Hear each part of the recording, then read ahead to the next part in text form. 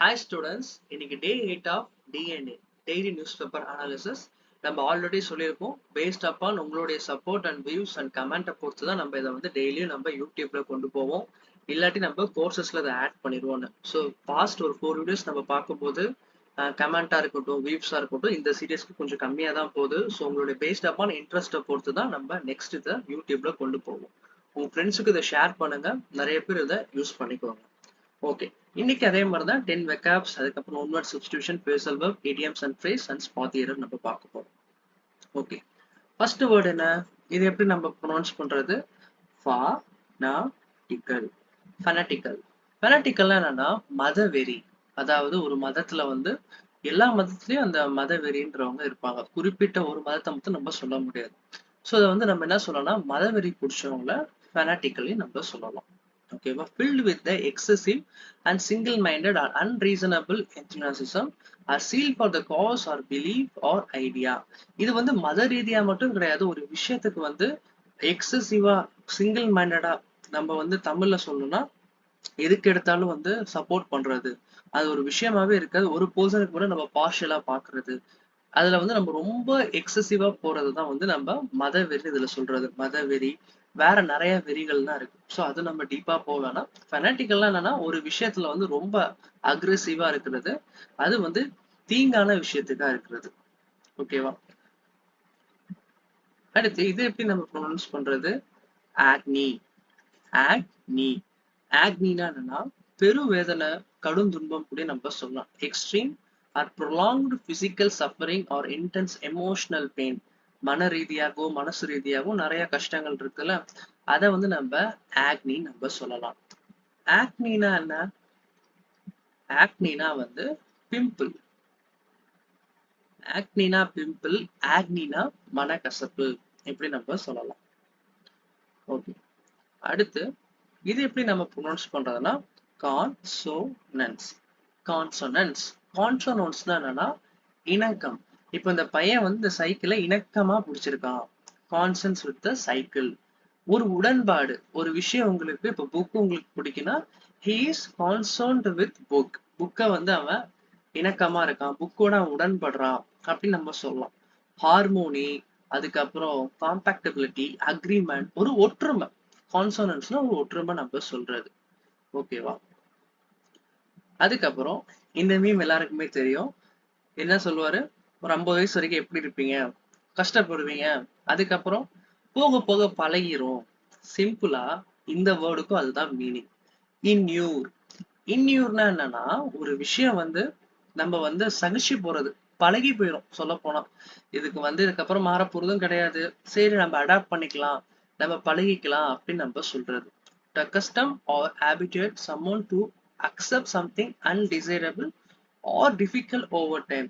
நிறைய நேரங்கள் கஷ்டப்படுறது எல்லாத்தையும் ஒரு காலப்போக்குல பழக்கமா நம்ம எடுத்துட்டு அது கூட நம்ம சேர்ந்து வாழ ஆரம்பிச்சிருது, டாலரேட் பண்ணிட்டு போறது நம்ம சொல்றது. ஓகேவா? இந்த வேர்டு எப்பொழுதும் உங்களுக்கு மறக்காதுன்னு நினைக்கிறேன். அடுத்து ஃபிஃப்த் ஒன், காப்பியஸ். காப்பியஸ்னா என்னன்னா abundant, plentiful, existing in large quantities. இங்க பாருங்க, காப்பியஸ்னு நிறைய குரூப் ஆஃப் பீப்புள் இருக்காங்க.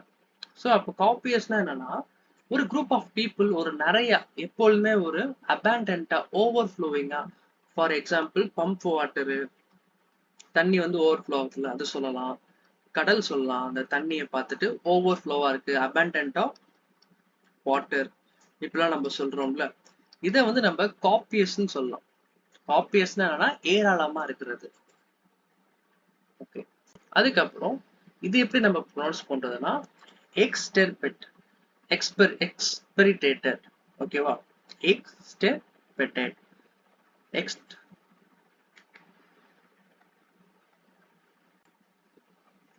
ஓகே, சிக்ஸ்த் வேர்ட் நம்ம எப்படி ப்ரொனவுன்ஸ் பண்ணா எக்ஸ்டெர்பெட்டட். எக்ஸ்டெர்பெட்டட்னா என்னன்னா உன்னை வேரோட அழிச்சிருவேன்னு சொல்லிட்டு நிறைய டைலாக்லாம் நம்ம பார்த்துருப்போம் படத்துல. ஸோ ஒருத்தங்களை வந்து நம்ம ஃபுல்லா டோட்டலா டிஸ்ட்ராய்ட் பண்றதா இருக்கட்டும், ஒரு விஷயத்த வந்து ரூட் அவுட் பண்றதா இருக்கட்டும். ரூட் அவுட்னா வேரோட அழிக்கிறது. அப்போ eliminated from the particular location கூட நம்ம சொல்லலாம். ஸோ வேரோல அடிக்கப்படுறது, முற்றிலும் ஒழிக்கப்படுறது, ஜீரோ ஆக்குறது அவங்கள. ஸோ இதை வந்து நம்ம என்ன சொல்லலாம்? எக்ஸ்பெரிட்டட் நம்ம சொல்லலாம். அதுக்கப்புறம் செவன்த் ஒன், இது எப்படி ப்ரொனவுன்ஸ் பண்ணணும்?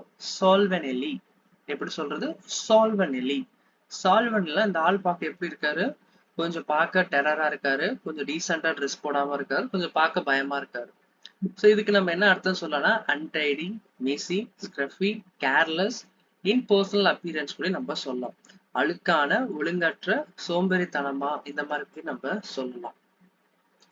ஓகே, அடுத்து இது எப்படி நம்ம ப்ரொனவுன்ஸ் பண்றது? அப்ஜர்கேட். அப்ஜர்கேட்.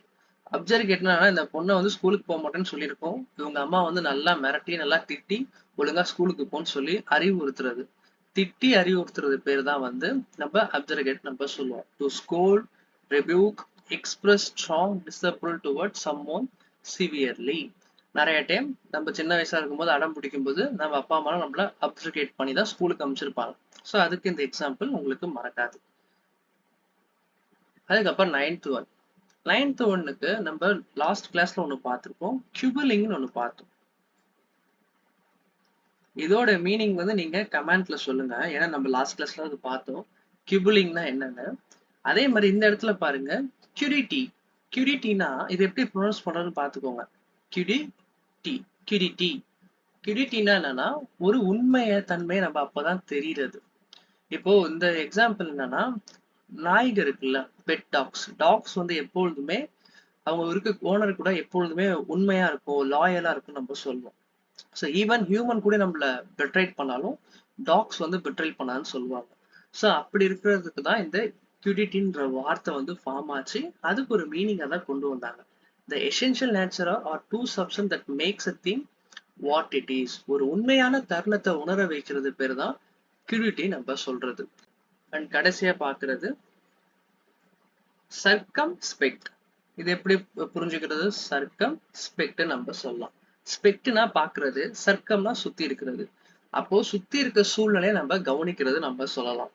Vary, cautious, considering all potential consequences before the acting. கான்சிக்வன்சஸ்னா பின் விளைவுகள் நம்ம சொல்றது. காஷியஸ்னா நம்ம அலர்ட்டா இருக்கிறது. நம்ம பாருங்க சுத்தி முத்தி ஏதாச்சும் நடக்குதான்னு சொல்லிட்டு பார்த்துக்கிட்டே இருக்கான். ஸோ எச்சரிக்கையா இருக்கிறது, சூழ்நிலைய அறிந்து செயல்படுறது நம்ம சர்க்கம்ஸ்பெக்ட் நம்ம சொல்லலாம். ஓகே, இன்னைக்கு நம்ம 10 வெக்காப்ஸ் பார்த்தோம். அதுல என்னென்ன பார்த்தோம்? ஃபெனாட்டிக்கல்னா என்ன? ஒரு மத வெறி, ஒரு விஷயத்துல ரொம்ப வெறியா இருக்கிறது. ஆக்னினா extreme physical or emotional pain, மன வலி நம்ம சொல்லலாம். கன்சோனன்ஸ்னா ஒரு விஷயத்த இணக்கமா, ஹார்மோனின்றது க்ளோஸ் டுகெதர், ரொம்ப இணக்கமா இருக்கிறது. இன்க்யூர்னா போக போக பழகிரும், ஒரு விஷயத்த வந்து நம்ம சகிச்சுக்கிறது. காப்பியஸ்னா நிறைய இருக்கிறது. எக்ஸ்டர்ப்ரட்னா வேரோட அழிக்கிறது.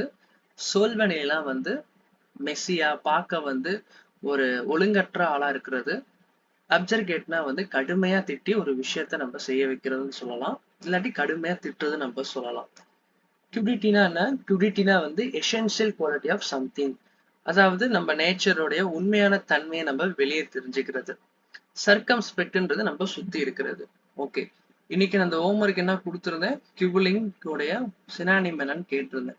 அடுத்து நம்ம என்ன பார்க்க போறோம்? One word substitution. One word substitution இது எப்படி நம்ம ப்ரொனவுன்ஸ் பண்றது? நம்ம எல்லாம் சீல ஆரம்பிக்கிறதுனால இது எப்படி சொல்லுவோம்? கிரிஞ்ச், கிரிஞ்சுன்னு. இது அப்படி சொல்லக்கூடாது. கிரிஷ். நம்மளுக்கு கிறிஷன் நிறைய வார்த்தை இருக்கும்ல, இந்த கிறிஷ் தான் வந்து இந்த இடத்துல இந்த ப்ரொனன்சியேஷன்ல வந்திருக்கு. ஸோ அதுக்கு நம்ம ப்ரொனவுன்ஸ் பண்ணும்போது எப்படி பண்ணா கிரிஷ், கிறிஷ்ன்னு சொல்லிட்டு நம்மளுடைய பல்லு கடிச்சிட்டு இதை சொல்லணும், கிரிஷ். அப்போதான் அந்த சவுண்டு கரெக்டா வரும். குழந்தை காப்பகம் பேர் தான் கிறிஷ்ன்னு நம்ம சொல்லுவோம். நர்சரி ஆர் ஃபெசிலிட்டி வேர் த பேபிஸ் ஆர் யங் சில்ட்ரன். இங்க பாருங்க, நம்ம பால்வாடி ஸ்கூல்லாம் சொல்லுவோம்ல சின்ன வயசுல. ஸோ இது எல்லாமே கிறிஷ்ன்னு நம்ம சொல்றது தான். அதுக்கப்புறம் செர்மட்டோரியம். செர்மட்டோரியம்னா என்னன்னா மின் மயானம். ஒருத்தவங்க இறந்து போயிட்டாங்கன்னா இப்போதான் அந்த முன்னாடி எல்லாம் சுடுகாட்டுல இருப்பாங்க. இப்பெல்லாம் வந்து மின் மயானத்துல எலக்ட்ரிக் அந்த வோல்ட்ல வச்சு அதை யூஸ் பண்றாங்க அந்த மிஷின்ஸ் எல்லாமே. ஸோ அப்படி இருக்கும்போது அது பேர் என்னன்னா செர்மட்டோரியம். இது பேர் தான் செர்மட்டோரியம் நம்ம சொல்லுவோம். Building containing furnace used for the incinerating dead human bodies. சில இடத்துல வந்து கேஸஸ் வச்சு பண்ணுவாங்க, சில இடத்துல வந்து எலக்ட்ரிசிட்டி யூஸ் பண்ணி பண்ணுவாங்க. அப்ப அது பேர் என்ன சொல்லலாம்? மின் மயானம் சொல்லலாம். ஓகேவா? அடுத்து கன்வென்ட். கன்வென்ட், கன்வெர்ட் வேற,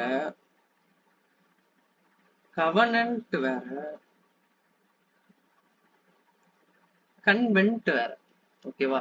கன்வெர்ட்ன்றது சேஞ்ச் ஆகுறதுன்னு அர்த்தம். கவனன்ட்ன்றது ஒரு ப்ராமிஸ், ஒரு உடன்படிக்கை நம்ம சொல்றது. கன்வென்ட்னா என்னன்னா நன், கன்னியாஸ்திரி நம்ம சொல்றது. ஓகேவா? அப்போ ஒன் வேர்ட் சப்ஸ்டிடியூஷன்ல கன்வென்ட்னு கேட்டாங்கன்னா நன் நம்ம சொல்றது, கன்னியாஸ்திரிகள். ஓகேவா? அடுத்து சிமெண்ட்ரி. செர்மன்டோரியம்ன்றது மின்மயானம், சிமெண்ட்ரின்றது நம்ம வந்து கல்ற தோட்டம் நம்ம சொல்லலாம், கிரேவ்யார்டு நம்ம சொல்லலாம்.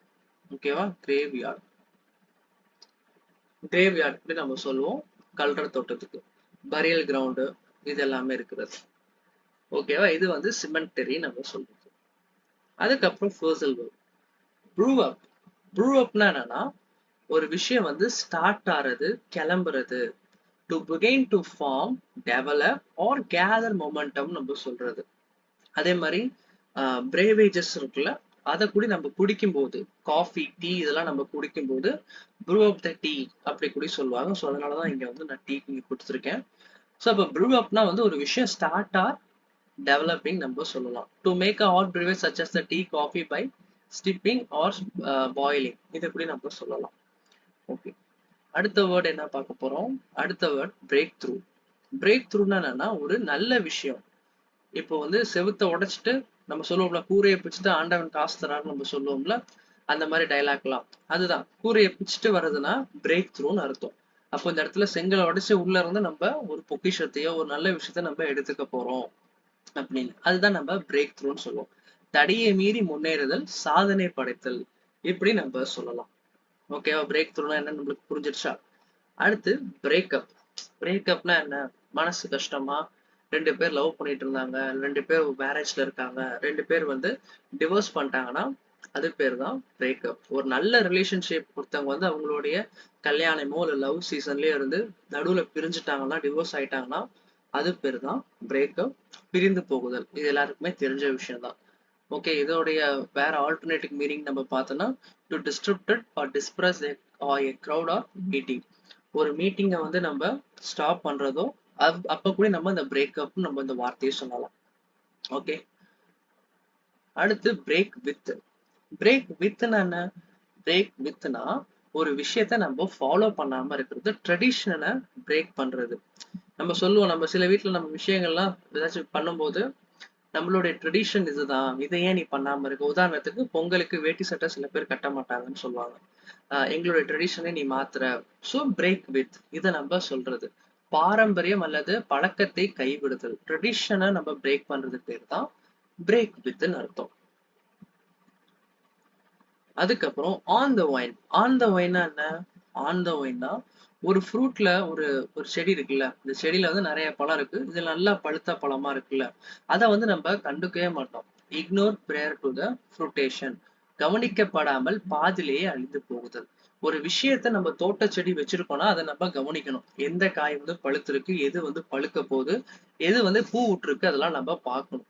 அதை நம்ம பார்க்காம விட்டுட்டோம்னா கடைசியில அது அழிஞ்சு போயிருது. Left the unexecuted, abandoned or neglected in its early stages until it fails completely நம்ம சொல்றது. இது என்ன மீன் பண்ணுதுன்னா, மக்களுக்கு தேவையானதை கொடுக்காம ஏதோ ஒண்ணு கொடுத்தா அவன் அமைதியா இருப்பான். எக்ஸாம்பிள் இங்க பாருங்க, the superficial environment, entertainment and cheap food offered by the authorities to keep the public content and distract them from the major social political failures. ஏதாச்சும் ஒரு பெரிய விஷயம் நடந்திருக்கும், அதை பத்தி பேசாம சம்பந்தமே இல்லாத ஒரு விஷயத்தை திணிச்சு அதை டைவர்ட் பண்ணுவாங்க. உதாரணத்துக்கு நிறைய எக்ஸாம்பிள் நம்ம சொல்லிக்கிட்டே போலாம். எப்ஸ்டைன் ஃபைல்ஸ்னு ஒண்ணு வந்துச்சு, பட் அதுக்கப்புறம் என்னாச்சு, ஈரான் அமெரிக்கா போருன்னு சொல்லிட்டு, இஸ்ரேல் போருன்னு சொல்லிட்டு அந்த எப்ஸ்டைன் ஃபைல்ஸே மறந்துட்டாங்க. ஸோ இந்த மாதிரி ஒவ்வொரு விஷயத்த மறைக்கிறதுக்கு இன்னொரு விஷயத்த பண்றது. இது முக்காவாசி எதை சொல்லுவாங்கன்னா பொலிட்டிக்கல் சைட்ல இருக்கிறதுக்கு இதை எக்ஸாம்பிளா சொல்லுவாங்க. மக்கள் கவனத்தை திசை திருப்ப வழங்கப்படும் தற்காலிக இலவசங்கள்னு சொல்லலாம், பொழுதுபோக்குகள்னு நம்ம சொல்லலாம். ஓகேவா? அடுத்து வெஜ் அவுட். வெஜ் அவுட்னா என்னன்னா சோம்பேறியாக ஓய்வு எடுத்தல். இங்க பாருங்க, ரெண்டு காய்கறி வந்து ரெஸ்ட் எடுக்குது. ஸோ அதனால இது வந்து கொலாய்க்குள்ள நம்ம பேசும்போது வெஜ் அவுட். வெஜ் அவுட்னா என்னன்னா வேலை செய்ய பிடிக்கல, லேசியா ஒரு நம்ம என்ன அந்த பெட்லயே உட்காந்துருக்கிறது, படுத்து இருக்கிறதுக்கு நம்மளுக்கு ரொம்ப பிடிக்கும். To spend time relaxing completely, வாட்சிங் television doing nothing mentally demanding. So நம்ம அது பேர் என்னன்னா வெஜ் அவுட்னு நம்ம சொல்லலாம். Salad days. சாலட் டேஸ்னா என்ன? சாலட் வந்து நம்ம எப்போ சாப்பிடுவோம்? ஃபிட்டா இருக்கிறதுக்கு, ஹெல்த்தியா இருக்கிறதுக்கு நம்ம சாப்பிடுவோம். நம்ம எப்போ ஹெல்த்தியா இருப்போம்? ரொம்ப நம்மளுடைய யங் ஏஜஸ்ல நம்ம ஹெல்த்தியா இருப்போம். அப்போ நம்ம வந்து இது என்ன சொல்லலாம்னா, நம்மளுடைய இளமை காலம், அனுபவமற்ற ஆனாலும் உற்சாகமான இளமை காலம் நம்ம சொல்லலாம். Youthful carefree period of one's life marked by idealism இப்படி நம்ம சொல்றது. இதுதான் வந்து சாலட் டேஸ்னு அர்த்தம். அடுத்து கேபேஜ் பேட்ச். கேபேஜ் பேட்ச்னா என்னன்னா, இது வந்து ஒரு கொலாய்க்கெல்லாம் பேச ஆரம்பிச்சதுதான். முட்டைக்கோஸ் தோட்டம்னு கிடையாது. A plot land garden where the cabbage are cultivated இது சொல்லுவோம். பட் ஹியூமரஸா சொன்னது என்னன்னா, இந்த வார்த்தை எப்படி ஃபேமஸ் ஆச்சுன்னா, the Flocrine reference to the where the newborn babies supposedly come from. இந்த மாதிரி குழந்தைகள் இருக்குல்ல, அதோடைய மண்டை குழந்தை பிறந்தப்ப அதோடைய மண்டையை பார்த்தோம்னா கொஞ்சம் வந்து கேபேஜ் பேட்ச் மாதிரி இருக்கும் அப்படின்னு சொன்னாங்க. A small humble vegetable patches கூட சொல்லுவாங்க இது. ஸோ அங்க இருந்து ஆரம்பிச்சதுதான் இந்த கேபேஜ் பேட்ச்னு அர்த்தம். ஓகே, அடுத்து ஸ்பாட் தி எரர். நம்ம 120 ரூல்ல இருந்து தான் நீ கொண்டு வந்திருக்கேன். ஸோ கண்டிப்பா உங்களுக்கு யூஸ்ஃபுல்லா இருக்கும்.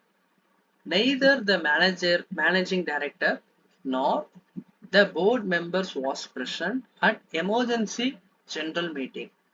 ஓகே, இங்க என்ன நம்ம கண்டுபிடிக்கலாம் எரர்? நம்மளுக்கு வந்து 120 ரூல்ல தெரியும். நெய்தர் நார் வந்துருச்சுன்னா இதோடைய சப்ஜெக்ட் என்னவோ அங்க அந்த வேர்ப் தான் இங்க வரணும். இங்க என்ன வேர்ப் வந்திருக்கு? போர்ட் மெம்பர்ஸ்னு வந்திருக்கு. அப்போ வந்து இங்க ப்ளூரல் சப்ஜெக்ட் வந்திருக்கு. ப்ளூரல் சப்ஜெக்ட் வந்துருச்சுன்னா இங்க நம்ம என்ன யூஸ் பண்ணோம்? ப்ளூரல் வேர்ப் தான் யூஸ் பண்ணோம். அப்ப வாஸ் வரக்கூடாது, வேர் வரணும். ஓகேவா? அடுத்து second question. The detailed report submitted by the auditing team is superior than the previous one. இந்த superior than, அதுக்கப்புறம் inferior than, இதெல்லாம் நம்ம சீனியர் தானே, ஜூனியர் தானே, இந்த வார்த்தையெல்லாம் நம்ம பார்த்துருப்போம். இது வந்து நம்ம என்ன யூஸ் பண்ணுவோம்? தேன் வரக்கூடாது, டூ யூஸ் பண்ணுவோம் நம்ம பார்த்துருப்போம். ஸோ சுப்பீரியர் வந்துச்சுன்னா டூ தான் வரணும். இது எல்லாமே 120 ரூல்ஸ்ல நம்ம கவர் பண்ணது தான். ஓகேவா? அடுத்து scarcely at the invigilator distributed the question the papers than the fire alarm started ringing loudly. நம்மளுக்கு 120 ரூல்ல hardly, barely, scarcely இந்த வார்த்தைலாம் வந்தா நம்ம when யூஸ் பண்ணுவோம். no sooner யூஸ் பண்ணா, no sooner வந்தா than யூஸ் பண்ணுவோம். இங்க than யூஸ் பண்ணிருக்காங்க.